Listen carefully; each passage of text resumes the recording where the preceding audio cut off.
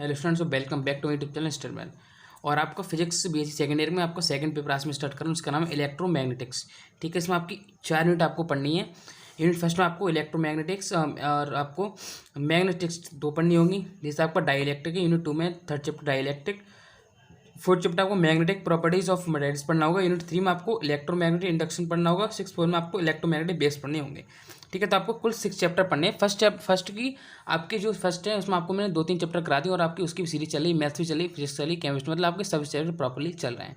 तो second year आप तैयारी करना चाहते हैं, इस चैनल पर आपको अपडेट अच्छा करना पड़ेगा। अच्छी से अच्छे आपको नोट्स मिल जाएंगे। नोट्स के लिए आपको नीचे टेलीग्राम पे व्हाट्सअप नंबर दे रखा है और टेलीग्राम लिंक भी दे रखी है, वहाँ से आप ज्वाइन हो सकते हैं नेट्स के लिए।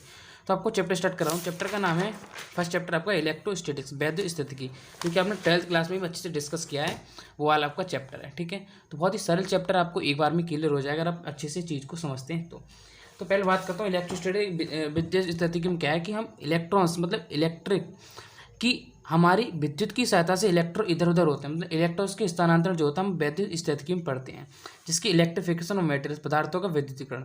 तो पदार्थों का विद्युतीकरण क्या होता है कि कोई भी अगर मटेरियल है मैं उसको या रगड़ूं या उससे कोई भी एनर्जी रिप्रेजेंट करूँ तो वो भी एनर्जी क्या देता है।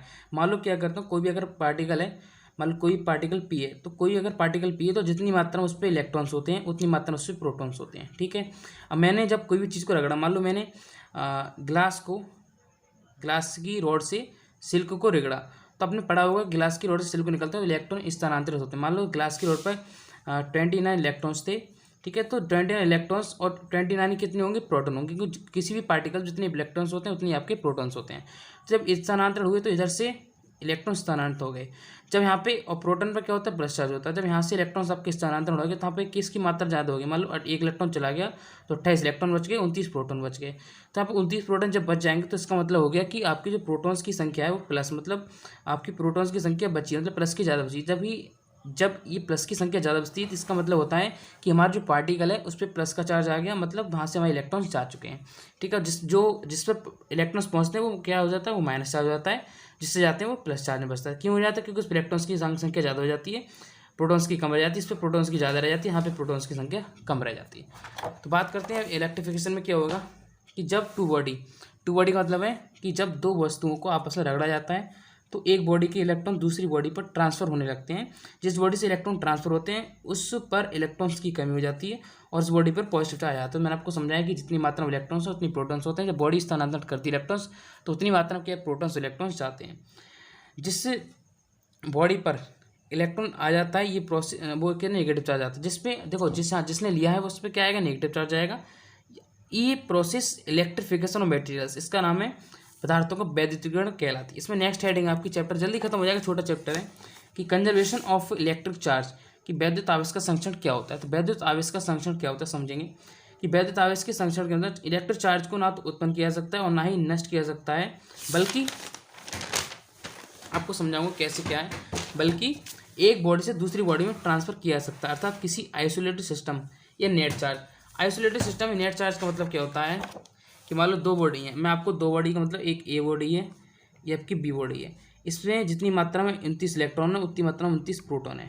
ठीक है, यहाँ मान लो कि आपकी 30 इलेक्ट्रॉन्स हैं और 30 क्या है, प्रोटॉन्स हैं।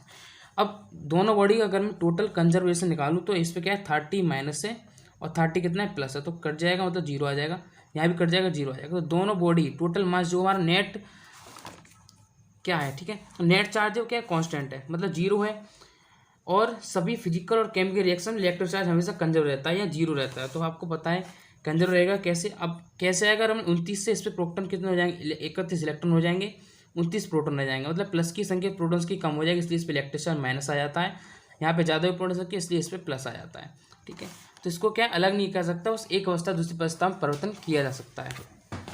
इसमें फिजिकल और केमिकल 2 आपको चेंजेस पढ़ने पड़ेंगे कि फिजिकल और केमिकल चेंजेस कैसे होते हैं। इसलिए मैंने आपको 2 एग्जांपल लिए, एक फिजिकल चेंजेस का, एक केमिकल चेंजेस का, 2 एग्जांपल लेके समझा रहा हूँ कि जब किसी कांच की छड़ को सिल्क के साथ रगड़ा जाता है, सिल्क क्या है आपकी कोई भी जो रेशम होता है, रेशम होता है उसका रगड़ा जाता है, तो जितना पॉजिटिव चार्ज ग्लास रॉड पर आता है ठीक उतना ही नेगेटिव सिल्क पर होता है।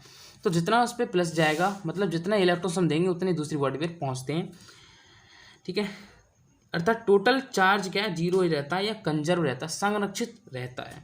ठीक है। जैसे कि अब वो आपका क्या है, पोस्ट फिजिकल कंडीशन ले रही है। केमिकल कंडीशन क्या है कि 92U238 यूरेनियम की रिएक्शन है 2He4 तो हीलियम के 2 पार्टिकल्स और आपके जो थोरियम उसके पार्टिकल्स कैसे बराबर रहते हैं। देखिए यहाँ पर 238 है, यहाँ पर 234 है, हमने चार यहाँ से स्थानांतरित होकर हमने क्या ले ली, 4 इलेक्ट्रॉन्स यहाँ पे आ गए। तो हमें टोटल जो संक्षिप्त अवस्था है 238 मतलब बराबर हो गई।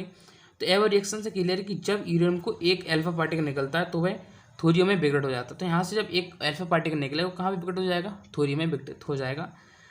तो वह थोरियम विघटित हो जाता है। इस रिएक्शंस में प्रारंभ में और अंत में टोटल चार्ज क्या है 90 + 92E रहता है। मतलब यहाँ भी आपका 92 बचेगा, यहाँ भी आपका 92 कैसे बचेगा, क्योंकि देखिए यहाँ पे 90 यहाँ पे 90 मतलब आगे वाले सफिक्स जो जुड़ जाएंगे ऊपर वाले आपस में जुड़ जाएंगे। मतलब टोटल कितना मिलेगा 92U235। इसका जो विघटन कर रहे हैं तो वो कितना मिलता है, हीलियम के 2 पार्टिकल थोरियम के 90 पार्टिकल्स मिलते हैं।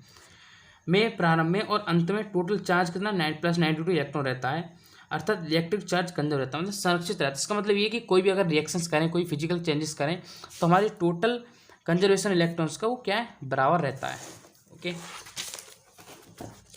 नेक्स्ट हेडिंग क्वांटिफिकेशन और एटिविटीज ऑफ चार्जेस, मतलब आवेशों का क्वांटीकरण और परमाणुता क्या होती है। तो आवेशों का क्वांटीकरण मतलब किसके अवस्था में क्वांटीकरण कर सकते हैं, उसको विभाजित कर सकते हैं। परमाणुता मतलब उसकी परमाणुता क्या है, कि किस आकार है, क्या है, परमाणु का आकार क्या है। तो आवेशों का क्वांटीकरण परमाणुता के अकॉर्डिंग इलेक्ट्रिक चार्ज को plus 0.5E 1.5E 1.9E ETC की फॉर्म में व्यवहार नहीं किया सकता। कोई भी पॉइंट फॉर्म में आप नहीं कर सकते। इसका मतलब है कि कोई भी अगर डिजिट है तो उसका आपको पॉइंट में नहीं लिखना है, नॉर्मल डिजिट में लिखना है, मतलब पूर्ण गुज में आपको लिखना होगा, तभी आपको सही माना जाएगा। कि फॉर्म व्यवहार नहीं कर सकता, अर्थात इलेक्ट्रिक चार्ज हमेशा पूर्ण गुणज जैसे +E +-2E +-3 ETC की फॉर्म में होता है। तो किस फॉर्म में होता है, हमेशा इस फॉर्म में 1 2 3 पूर्ण गुणज की फॉर्म में आपको मिलेगा। तो ये आपकी क्या है डेफिनेशन, जो कि 2 नंबर्स में आपकी पूछी जाती है।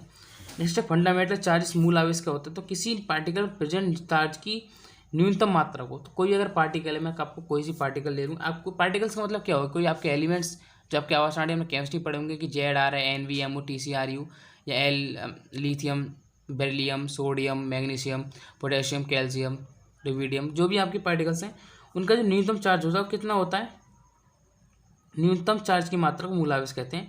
जिससे रिप्रेजेंट करते हैं, किससे, आपको ई से रिप्रेजेंट करते हैं। और न्यूमेरिकल वैल्यू कितनी होती है इसकी 1.6 × 10⁻19 कूलाम होती है। तो पता होगा कि एक इलेक्ट्रॉन पर चार्ज कितना होता है, 1.6 × 10⁻19 चार्ज होता है। यहाँ पे आपको चार्ज अलग अलग कैसे हो जाते हैं कि चार्ज ऑफ इलेक्ट्रॉन पर होगा तो आपको माइनस आएगा। दोनों आपको पहचान भी ऐसी करनी है कि इलेक्ट्रॉन पर होगा तो माइनस में होगा, और चार्ज ऑफ प्रोटॉन पर होगा तो आपको वो प्लस में होगा। तो plus 1.6 × 10⁻19 coulomb. Charge of alpha particle मतलब क्या था, 2 टाइम्स ऑफ इलेक्ट्रॉन, कि इलेक्ट्रॉन्स का 2 टाइम्स कितना होगा आपका अल्फा पार्टिकल, तो +3.2 × 10⁻19 कूलाम। ठीक है, तो आज तक का आपको चैप्टर यहीं पे रहने देता है। आपको नोट्स चाहिए तो आपको टेलीग्राम नीचे लिंक मिल जाएगा, प्लस व्हाट्सअप के लिए आपको कॉन्टैक्ट करना है मुझे नोट्स के लिए 9411009110। ठीक है, यहाँ से आप क्या कर सकते हैं, नोट मुझसे ले सकते हैं। और वीडियो को शेयर जरूर करते हैं और प्लीज़ सब्सक्राइब जरूर करें, क्योंकि ऐसी टोटल वीडियो डालते रहता हूँ और आपको वही चीज़ कराता हूँ जो आपको इंपॉर्टेंट होता है, जैसे फिजिक्स हो, मैथ्स हो, चाहे कुछ हो।